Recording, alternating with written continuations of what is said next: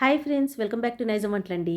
ఈరోజు మన healthy recipe వచ్చేసి తామర గింజలతో చేసుకునే గ్రేవీ, పూల్ మకానా గ్రేవీ అంటారు. ఈ గ్రేవీ వచ్చేసి బగారా, వెజ్ బిర్యానీలోకి మాత్రం అదిరిపోతుందండి. చాలా రుచిగా ఉంటుంది అండ్ డిఫరెంట్గా కూడా ఉంటుంది. మరి ఈ రెసిపీ మనం ముందుగా అయితే ఎలా ప్రిపేర్ చేయాలో తెలుసుకుందాం.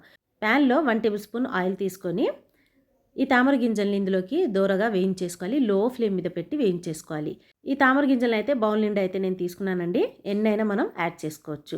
ఇందులో హై ఫైబర్ ఎక్కువగా ఉంటుంది అండ్ దీంతో పాటు యాంటీ ఆక్సిడెంట్స్ కూడా ఎక్కువ ఉంటాయి కాబట్టి హెల్త్కి మాత్రం చాలా చాలా మంచిదన్నమాట. ఇప్పుడు దీన్ని దోరగా వేయించుకున్న తర్వాత కాస్త పక్కన పెట్టేసి ఒక చిన్న మిక్సీ జార్లోకి పచ్చి కొబ్బరి, దీంతో పాటు కొంచెం దాల్చిన చెక్క, లవంగాలు ఒక 3, దీంట్లోనే అల్లం వెల్లుల్లి కొంచెం మనం తరిగి తీసుకోవాలి.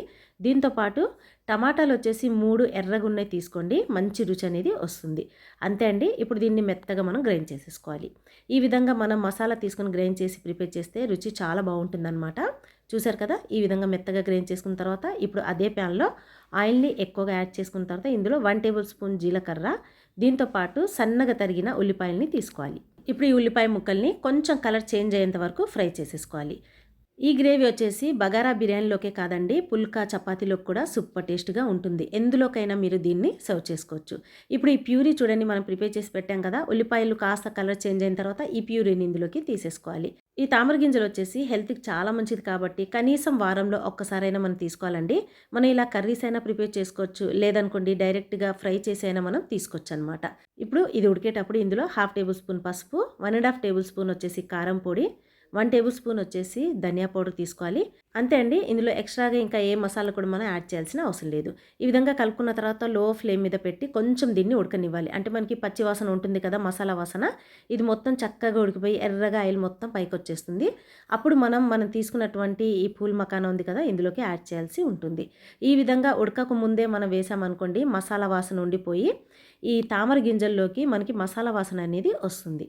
చూడండి, ఈ విధంగా ఎర్రగా మనకి పైకి రావాలన్నమాట ఆయిల్ మొత్తం. ఇప్పుడు ఇందులోకి తామర గింజల్ని తీసేసుకొని కొంచెం లో ఫ్లేమ్ మీద పెట్టేస్తే సరిపోతుంది.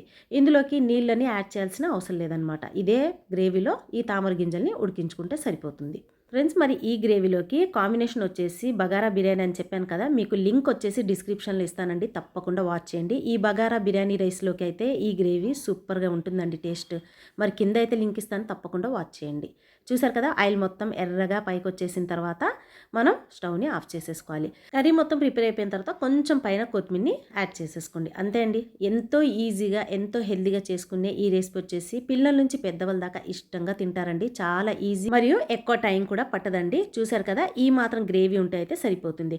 ఇంకొంచెం మీకు గ్రేవీ కావాలనుకుంటే వాటర్ని కూడా మీరు కలుపుకొని లో ఫ్లేమ్ మీద పెట్టేస్తే సెట్ అయిపోతుంది. మరి ఇంత హెల్తీగా చేసుకునే ఈ ఆల్ ఇన్ వన్ కాంబినేషన్ కర్రీని ఈసారి మీరు తప్పకుండా ట్రై చేయండి ఫ్రెండ్స్. మీకు డెఫినెట్గా నచ్చుతుంది అండ్ చాలా బాగుంటుంది కూడా. మీకు కనుక నచ్చినట్లయితే తప్పకుండా కామెంట్ చేసి లైక్ చేయండి అండ్ యూట్యూబ్ ఛానల్ని సబ్స్క్రైబ్ చేయండి. Thank you friends.